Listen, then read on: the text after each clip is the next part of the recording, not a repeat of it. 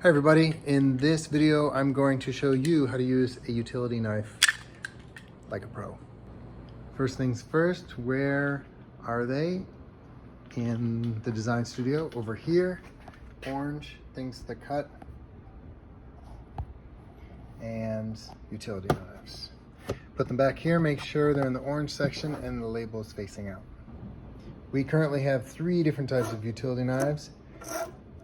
An X-Acto knife with a 3D printer cover for fine cutting.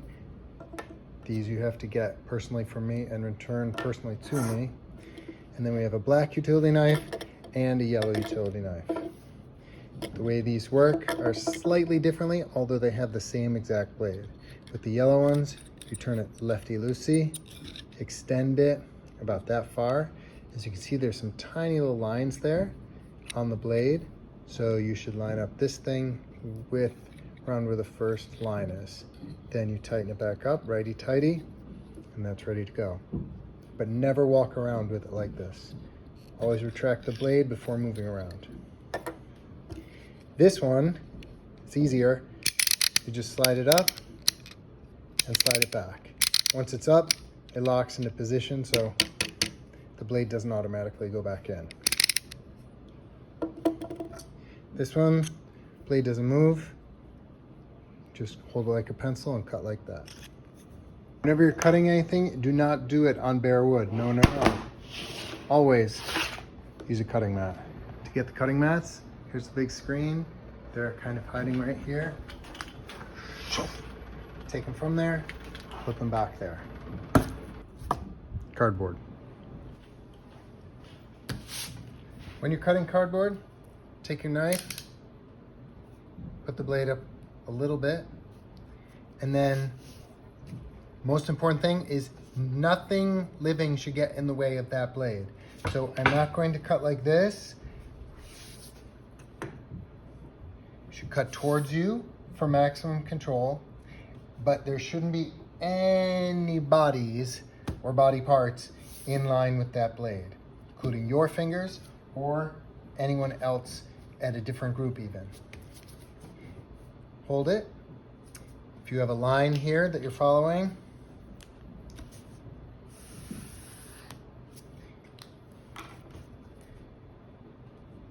push in and put a thumb here or grab around like this and nice straight line motion. Look, it doesn't go through the first time. Sometimes that happens. It is much better to cut a few light cuts than to do one super heavy cut. Oh, beautiful. If you're doing one super heavy cut, I'm just gonna example this, no blade, it is, that is when mistakes happen. It's better to cut a few shallow cuts than one killer deep cut. If you have an angle cut or a cut that goes to the side, do not do this. Do this and cut there. It is better always to make a cut or use a tool in a comfortable position, not in an awkward position. Awkward positions lead to accidents. Same thing here. Don't cut it like this. Turn the paper or the cardboard, push in, make the cut. This is crazy, but if you're trying to cut a circle, the best way to cut a circle is through a bunch of straight lines.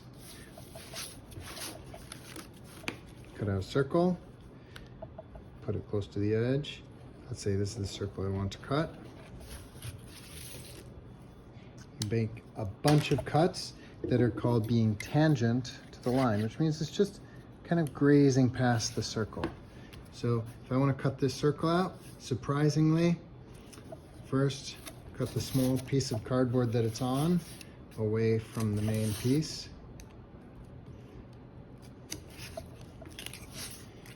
And then hold it carefully and you just cut a bunch of lines that only touch the circle at one point, and you just keep turning like that.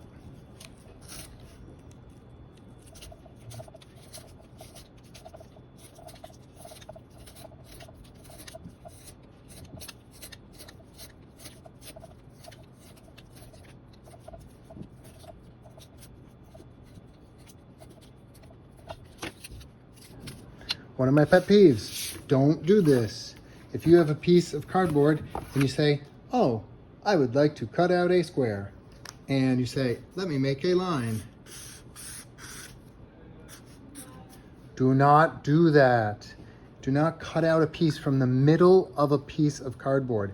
One, because now you have to make 4 cuts instead of 2, and the whole rest of this cardboard is now wasted if someone were to need a bigger piece of something else.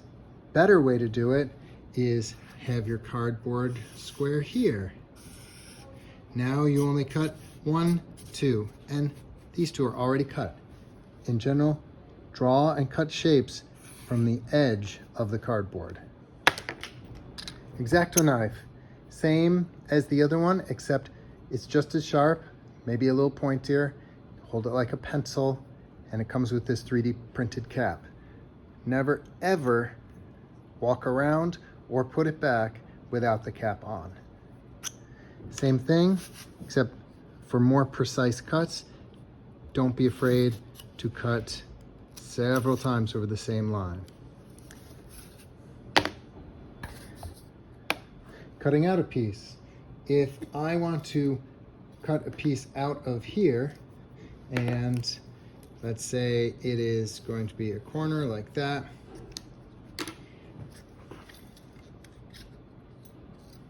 I will cut here.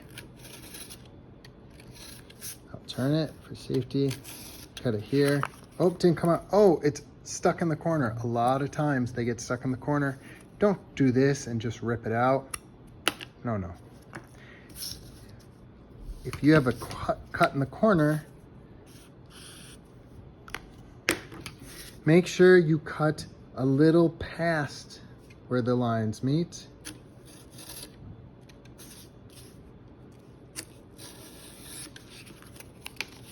And don't rip it off until everything is cut, and boom, clean corner.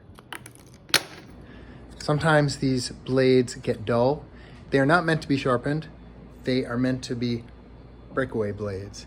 So those little lines on the blade, those are where you break away the old blade and expose the new blade. This is how you do this.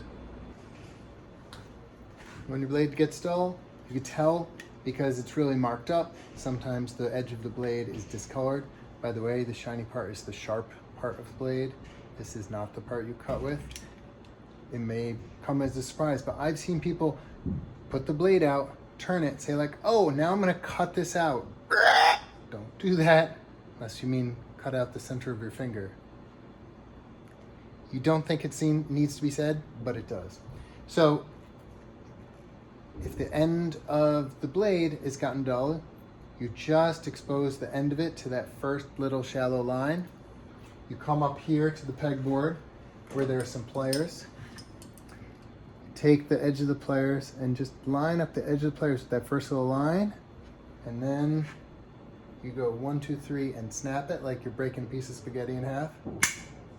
Like that.